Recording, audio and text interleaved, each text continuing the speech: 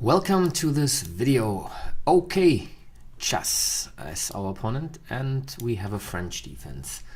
We don't have a French defense because French defense would be d5, and I think this move is not really good. It weakens the black squares. So let's see, how can we exploit this? Maybe quick castle, bishop g5.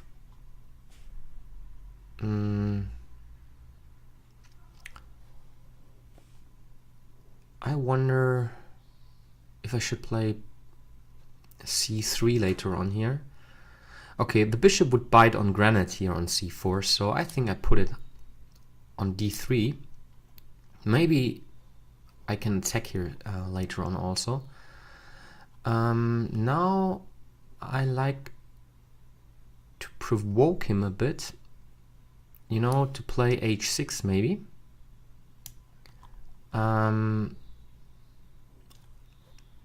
To weaken his kingside position, and he plays f6, which is even better because I mean, this pawn is just in the way of the bishop.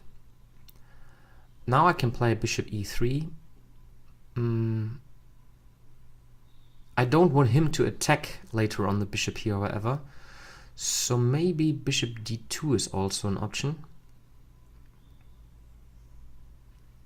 You know, if I play bishop e3, f5, e5, knight d5, and he attacks my bishop,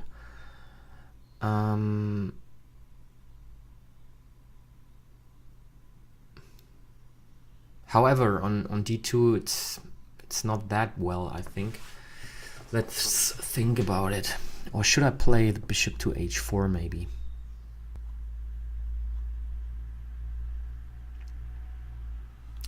Then it becomes more difficult for him to move the knight here. So let's do this. So now he weakens also this diagonal a lot. However, I need to take care about this pawn and my bishop, of course. So h4, g4. I move my knight, and he can play maybe f5 to threaten to trap my bishop. Maybe h3 is better here.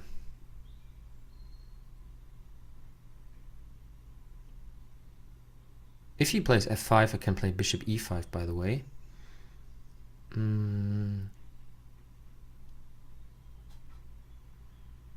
Okay, let's do h3.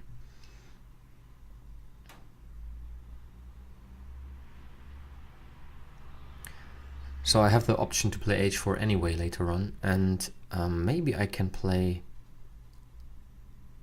e5 here, also to attack the pawn on g5, you know.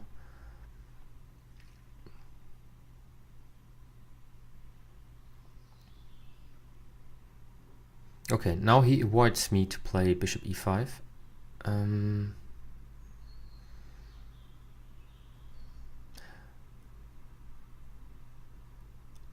I think I just develop here first. The pawn on d4 is not that important in this position. And okay, he doesn't care to develop his pieces at all, so I think it's just a question of time until he gets mated. I can maybe already try to, you know, to break up the center here. And then bishop g5, if the knight disappears, is in the air also.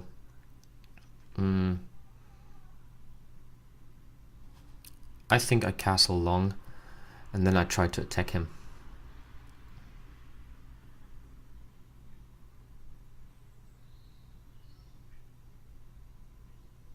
Maybe I can already sacrifice here the piece, you know. Knight g5 takes, I attack the bishop. It's interesting.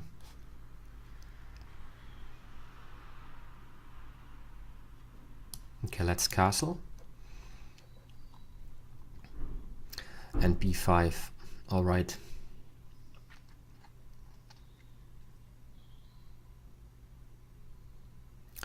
Should I attack here?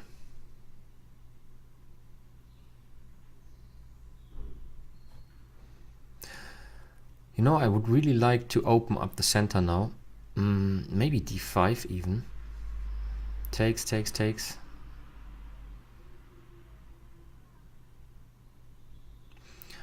After d5, he might play e5, however.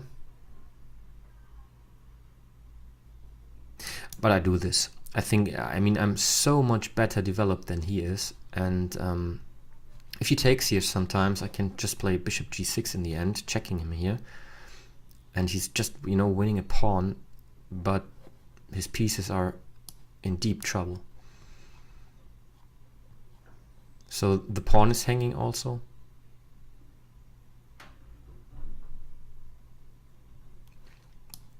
Okay, I'm happy, you know, to exchange here. And playing rook h8. Or maybe I just leave it like it is even. e5, okay.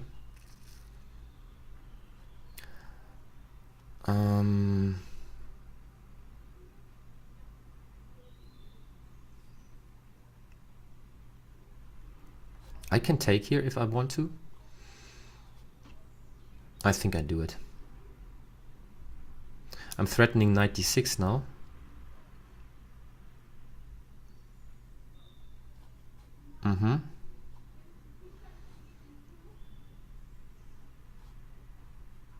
Yeah, I should have done it.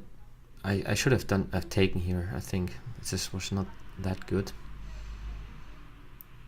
What can I do here?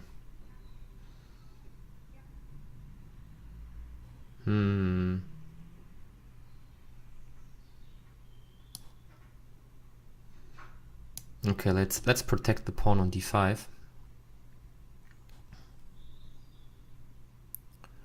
Oh dear.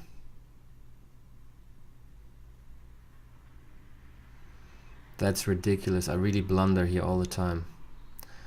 So now I really, you know, need to sacrifice a whole piece. You can take here even on d1 first. Let's do it like this. The good thing is about all this, I'm essentially playing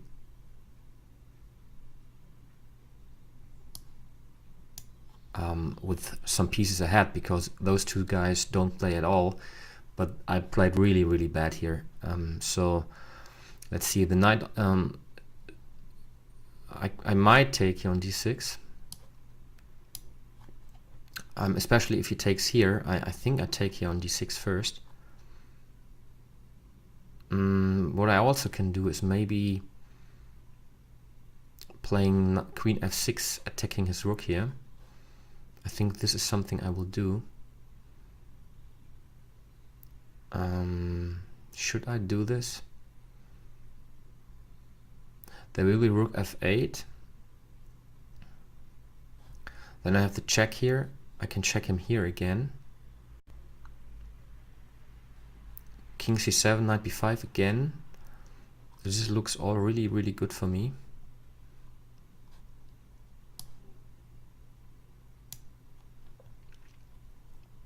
So I'm threatening to take the rook on h8.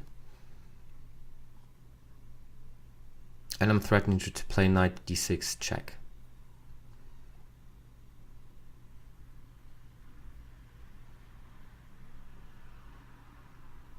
Yes, this was my idea. And now to take here with check. He needs to play king d7 if he doesn't want to lose his queen. And now I have queen e6. Or do I have something better?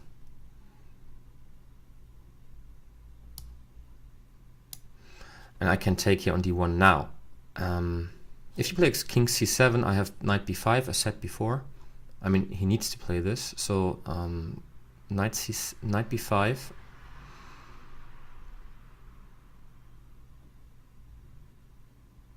And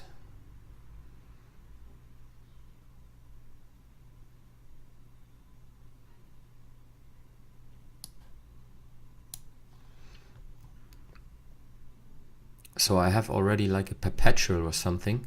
I mean, if he, I can play knight d6 here just to show I'm in control of the position.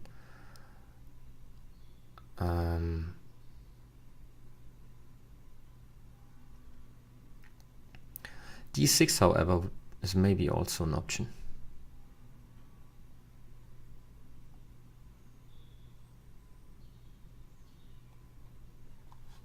I think I just take here now.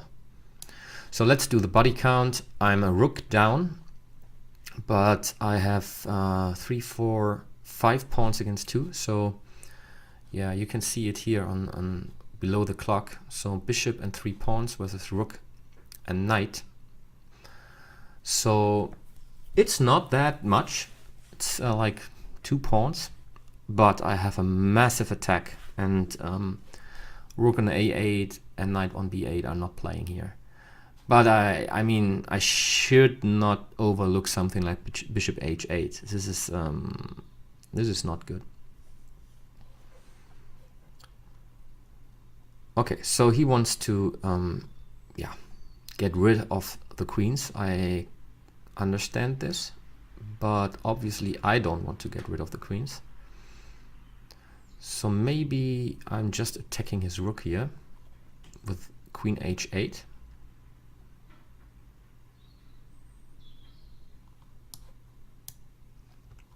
Saying, okay, what do you want to do with the rook? And maybe I have bishop e4 and then c5 with the threat of c6 here. Although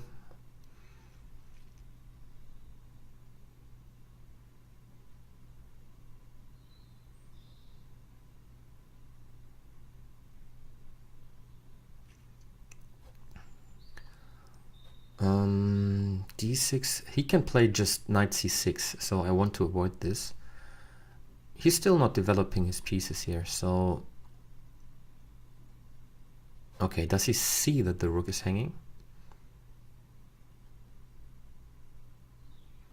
What about knight to b6 check and then c5, threatening c6, and his rook is hanging? I think I do this.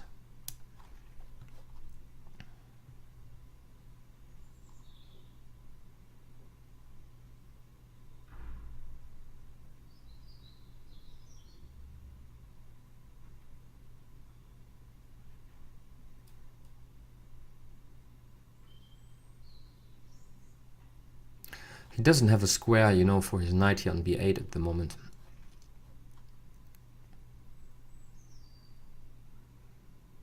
I can maybe play queen e3 here. It's already, you know, it's a checkmate. If queen a7, queen e3. That's a nice one.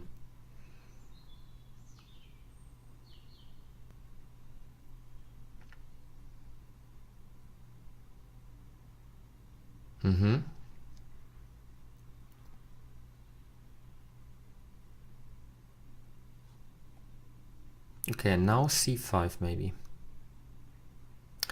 And I have another nice checkmate idea.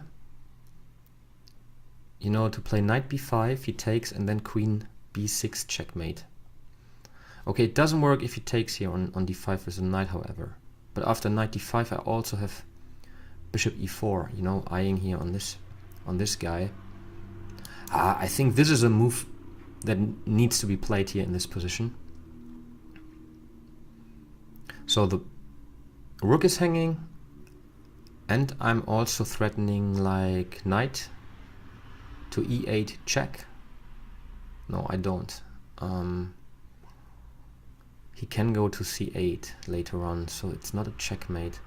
But maybe if he takes here, I take here, and then bishop f5 is also an idea.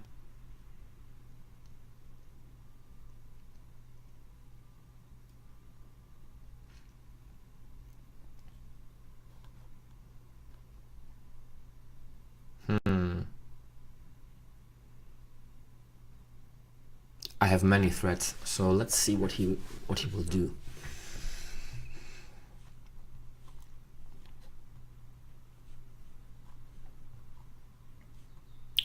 I feel good, although pieces wise he's a rook up. Maybe those two guys here don't make a move in the whole game. Let's see. my pieces are rather active, despite, you know, I want the bishop on d3 to become stronger. So all right, so does he threaten anything? Queen f4. Okay, but I just take here, and then I take here.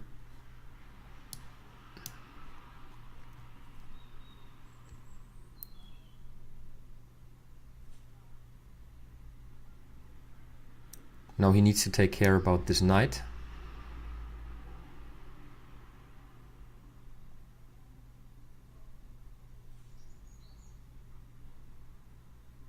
But if he moves the knight to d5, I have maybe queen c8.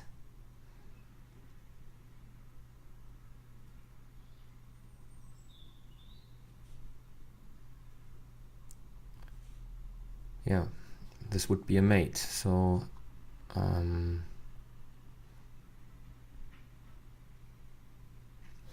rook e1 doesn't work, unfortunately. I would love to play queen c8 checkmate.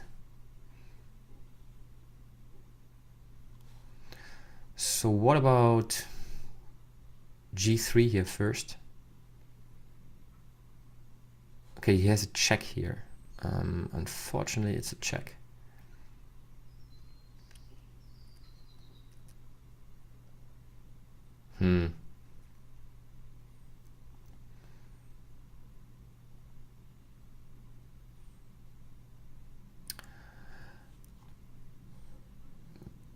Bishop to f5.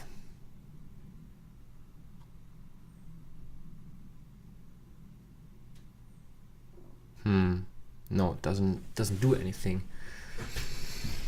g3. I mean, what's his next move anyway? He can take here. Okay, he cannot move the knight. I just take the rook. If he moves the rook, he can do it, but it doesn't help him anything. If he moves the knight, there is queen c8 mate. So, I mean, he doesn't have a move. I can do just like a waiting move here. Maybe just king b1 and see what he will do.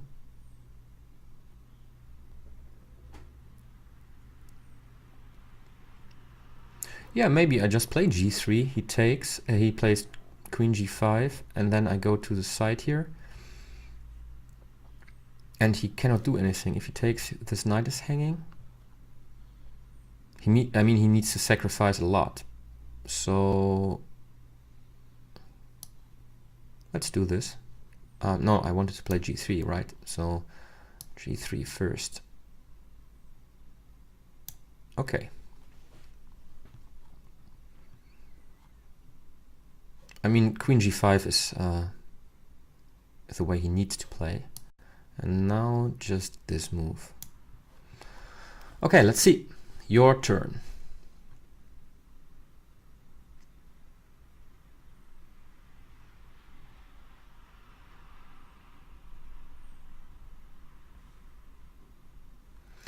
And I threaten to play rook e1 now.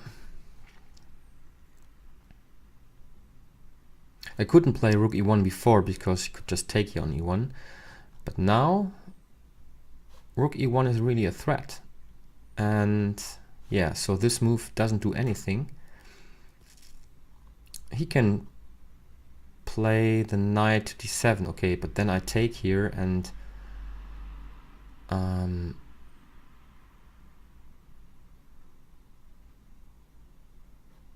having such a good position. Let's see, what if I go here?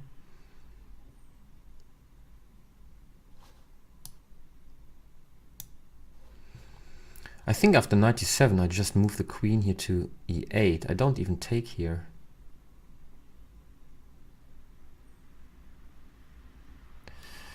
Although I might, queen d2 might be a problem. So after knight d7 I just take with the rook here. That's I think the best move. And then I threaten mate again.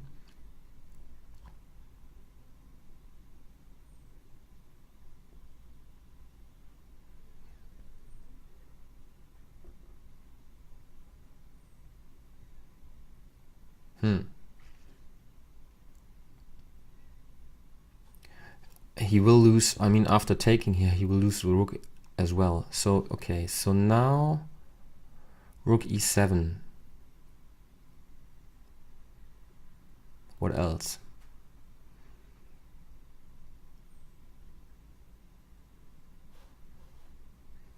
And then I threaten queen c8 mate.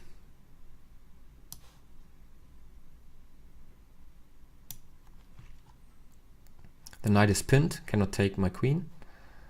And queen c8 mate is my idea now.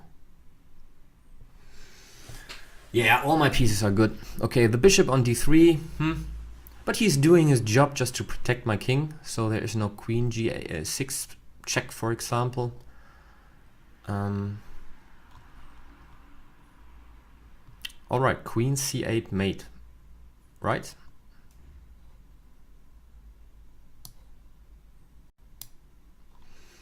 Cool. Thanks for watching.